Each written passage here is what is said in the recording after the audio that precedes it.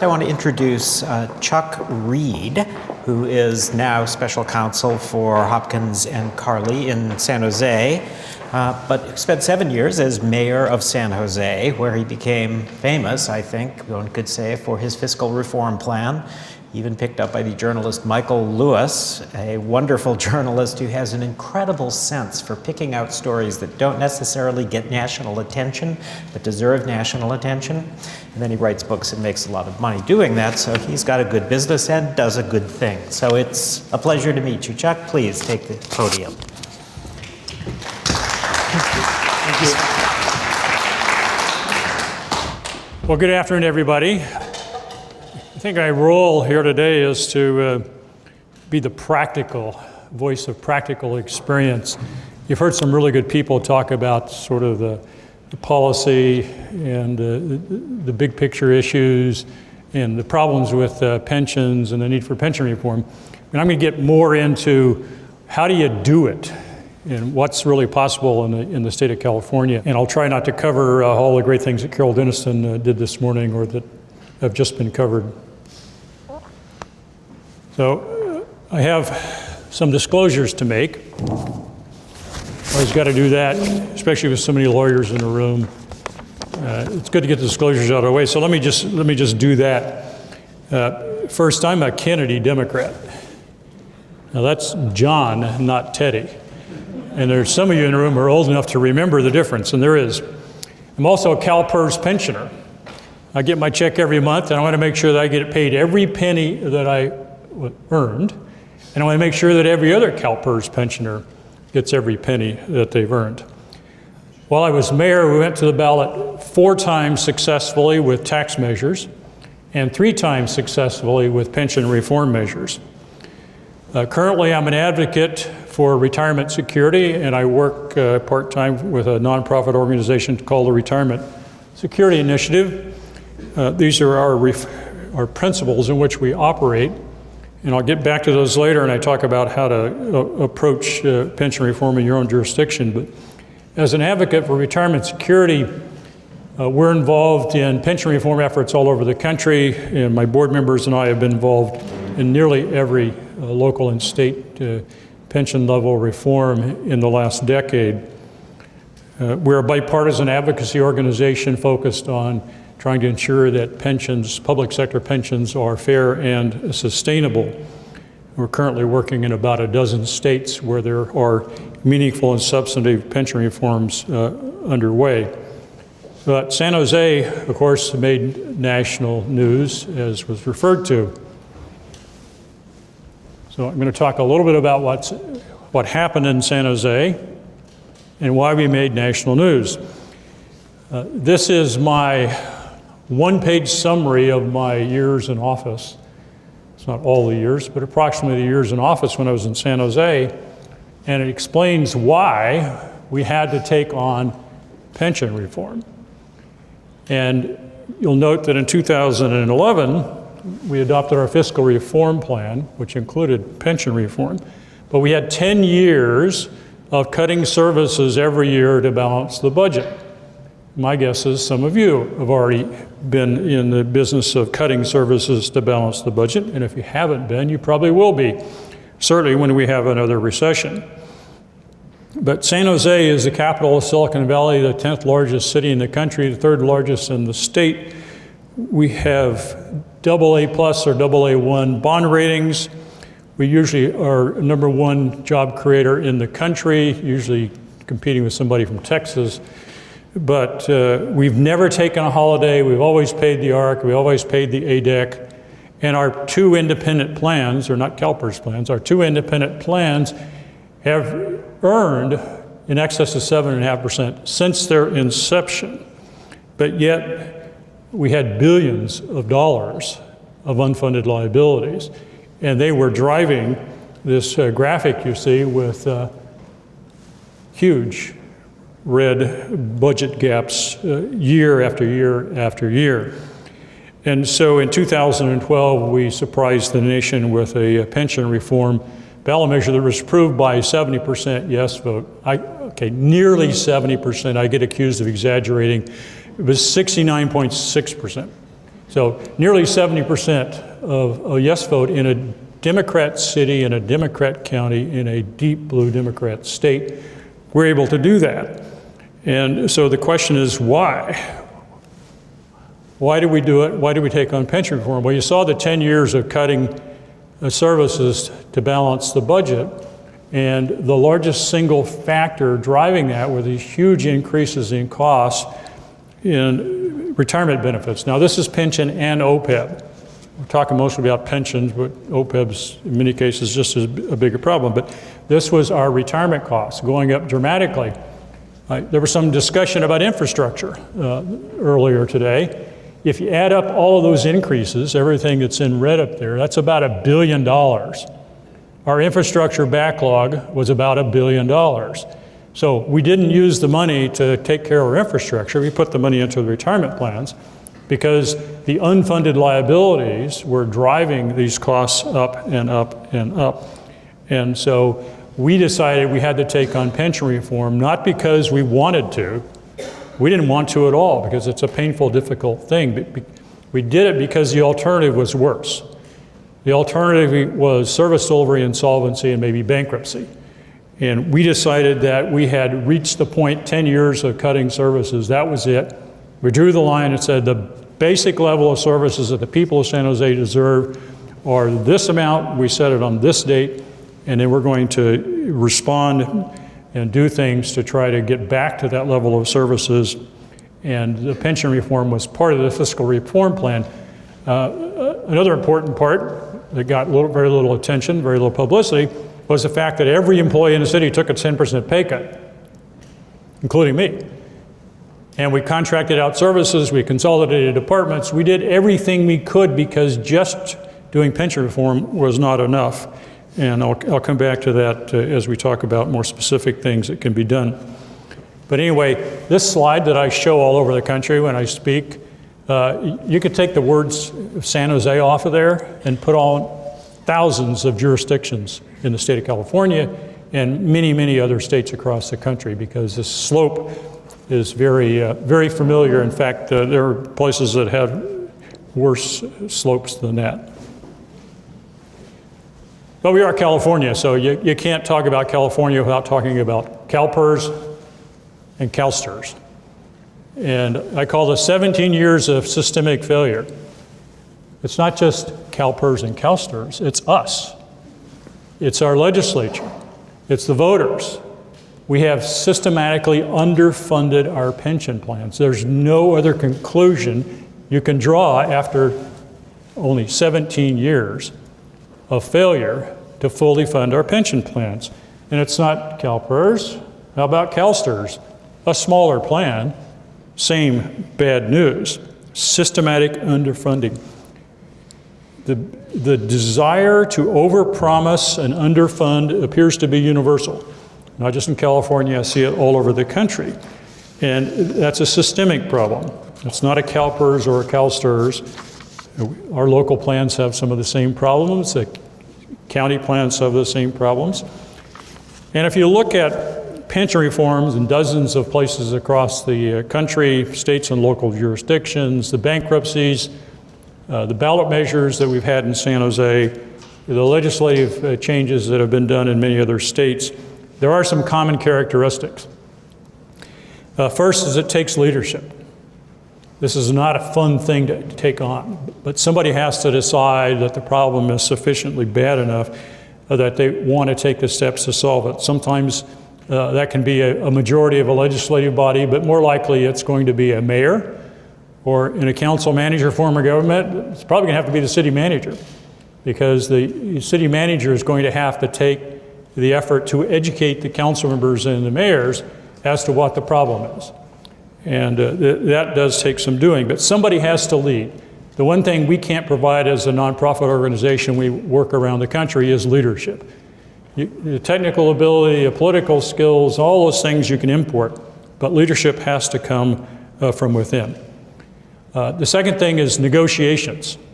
Negotiations are pretty much endless with regard to pension reform. Sometimes it's negotiation within the legislative body. Sometimes it's negotiating with the public employee unions. Sometimes it's just negotiations between the staff and the leadership, but it has to take many, many forms. Opposition is universal. This is not easy. There's no place that hasn't had a big fight over the pension reforms that have been done. With one exception, Arizona. I will come back to that. But the starting place for our public employee unions is usually just say no. And of course, I don't blame them. Why would you want to negotiate against yourself? Why do you want to negotiate to give up something that you already feel you're entitled to? And as many of the union leaders that I've talked to, they say, well, we know we have a problem. We wouldn't mind talking about it, but if we do, we'll get fired. Because our members didn't elect us to give some things up, they elected us to get more. That's their job, to get more. There's almost always litigation. Just plan for it. It's a fact of life. It's California. Everything will be litigated. You just have to assume that it is and plan accordingly. It's an iterative process. These problems are huge. They took a long time to get here. They continue to grow. And practically every jurisdiction that's done some pension reform is circling back 5 or 10 years later, knowing that they have to take it on again. And it does take years. It's a long process. There are a range of things that you can do. The first, of course, is do nothing and hope for the best. That's quite often the most popular thing to do. It's usually the starting point for when your discussions with the public employee unions. But doing nothing and hoping for the best is how we got CalSTARS and CalPERS. Because the changes that have been made, the legislative changes that have been discussed, are small compared to the size of the problem. Now, I wasn't in government long enough to say that $1 billion isn't a lot of money. But if you take the PEPRA reforms that California did, and I give kudos to the governor for taking the lead on that, the PEPRA reforms, whether you measure them in an annual basis or an aggregate basis, are measured in tens of billions of dollars. The problem is measured in hundreds of billions of dollars. So there's a lot more work that needs to be done. So I don't think there's a single plan in the country that's done pension reform where they haven't had to put more money into the system, because fundamentally that's the problem with all these systems. Not enough money is going in for a variety of reasons. So you got to put more money in. Where do you get the money? That's always the big question. Well, you can cut services. That's pretty common. You can raise taxes, also pretty common. You can negotiate for the employees to pay more. It's been done in quite a few places. You can reduce your employees' pay so you can afford to pay their pensions. Also has been done. Or you can do borrowing and do some other gimmicks to kick the can down the road. That rarely works well.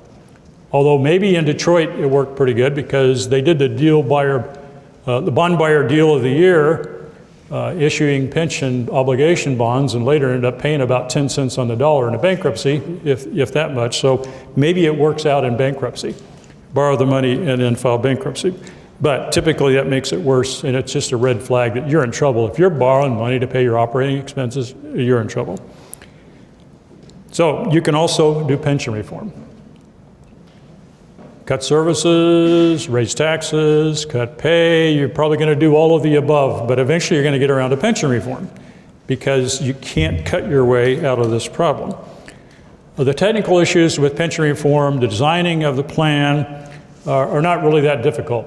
There's a relatively small range of things that you can do. That's the political issues and the difficult work of policy development and legal issues that limit your range of actions that make it difficult. But one thing that is little known but very interesting is the voters will support you. That the people, once they understand the problem, realize that something has to be done. Now, if you poll your people, you'll probably find out that they don't want you to cut services, they don't want you to raise taxes, and they really don't want you to do anything about pensions either. But when faced with a choice, shall we cut services some more, shall we raise taxes some more, or shall we do pension reform, they are supportive of pension reform. They're not interested in screwing the unions or doing bad things to the employees. They're interested in solving a problem, and the voters will support it. When faced with service cuts, tax increases, pension reform will be supported by the voters. Now, there are some principles as you start your work. These are the principles the Retirement Security Initiative uses, and we apply around the country. You'll have your own principles. But as a beginning point of the analysis, whether it's at the council level or maybe at the community, coming up with your principles or what it is you're trying to accomplish is an important thing to do, because you can have a high-level discussion that a lot of people can agree with before you get into the harder decisions that you have to make to implement it. So I suggest these principles. There are others, but these work well in most circumstances. The other thing that takes a lot of time and effort is preparing a community. And I would focus on transparency and community engagement. Because while most of you in the room are probably experts at reading your budgets, the people in your communities expect you to do that so they don't have to.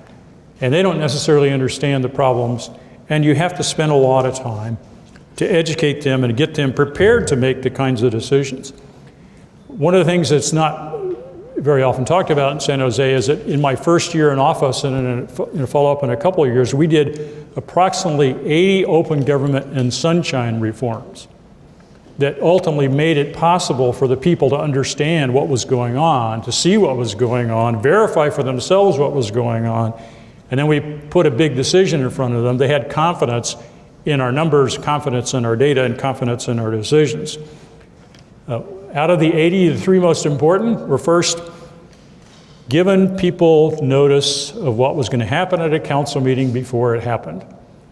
As you know, the Brown Act in California requires you to have 72 hours notice of a meeting, so you can post a notice at Friday afternoon, at 2 o'clock on Tuesday you can vote on it, and nobody even knew what happened. It's very convenient, especially if the media doesn't even pick up on it until Monday and writes a story they read about on Tuesday, and Tuesday afternoon it's done. That's the way we used to negotiate our union contracts in San Jose. We would say, we're getting close to a deal, so let's agendize it for next Tuesday, and then we'll vote on the terms of the deal on Tuesday morning at 10 o'clock, and then we'll post the terms to go with the agenda item that we previously posted at about noon, and we vote on it at 2 o'clock. That's not exactly giving the public a chance to engage in the process. So we changed the rule that everything we did had to be posted 10 days before the meeting. We just backed up everything a week. And that made a huge difference in people's confidence that there was going to be maybe a fight, but it would be a fair fight. It also meant that our union negotiations would, of course, be made public well before we got to vote on them.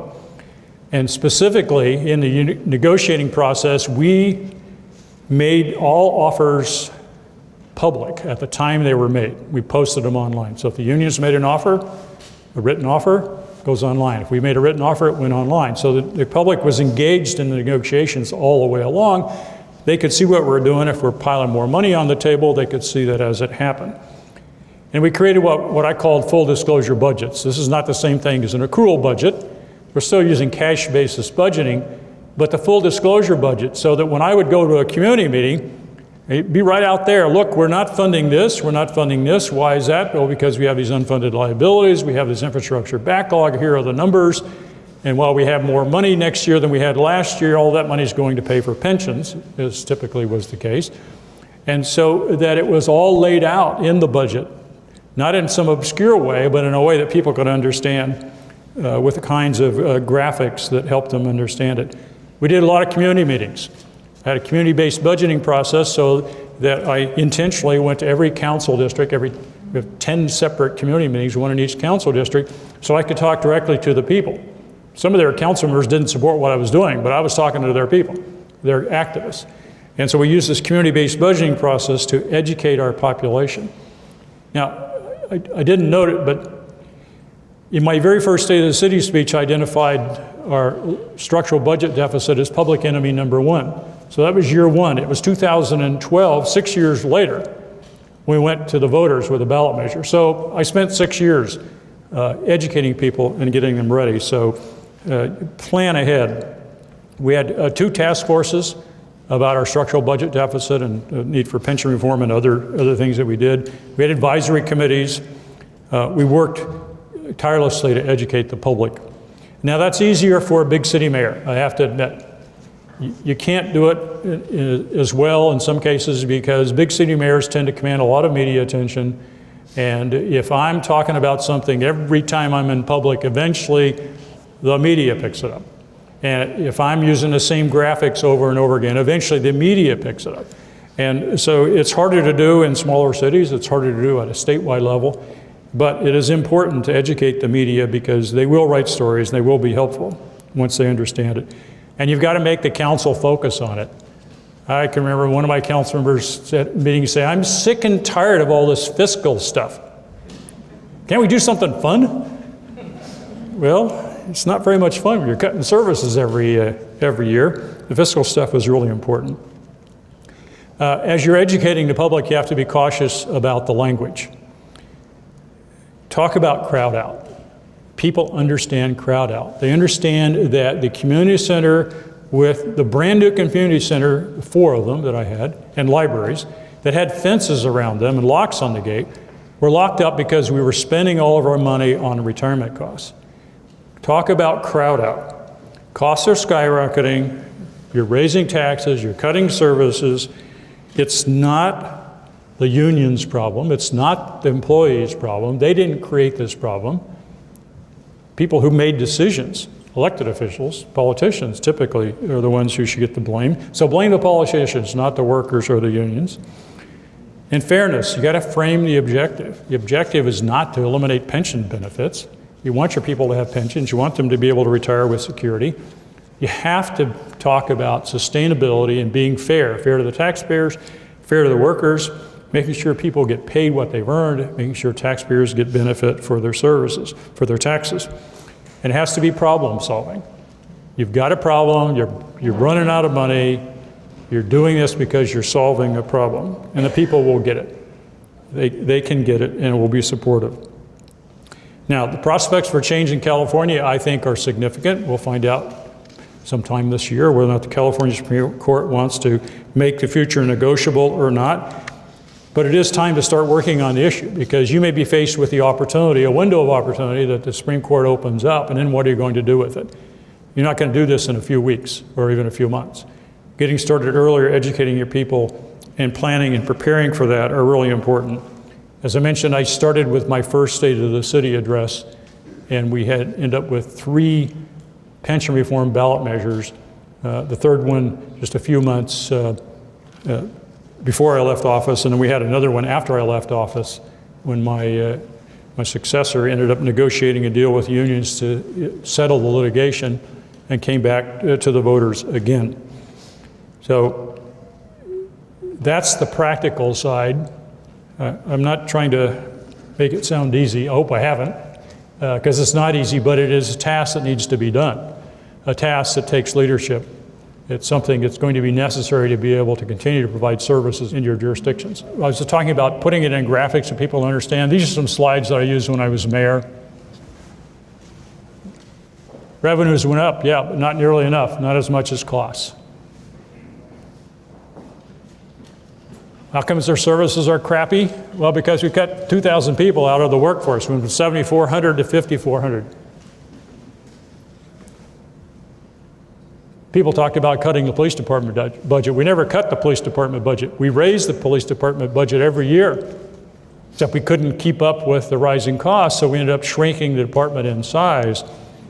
Now, I use this one a lot because in almost all jurisdictions, public safety is the top of the list, and the police department's usually number 1. I always say that unless the police chief is not here, and the fire chief is here, in which case I say the police department is one of 2 most important departments.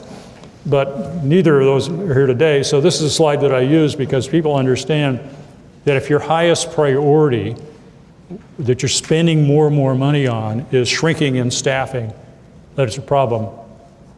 The numbers for this graphic, I could probably do this graphic out of the CAFRs that every one of your agencies has filed. If you look in the historical section, 10 years of history, you'll see what's happening to your department budgets and you'll see what's happening to your staffing.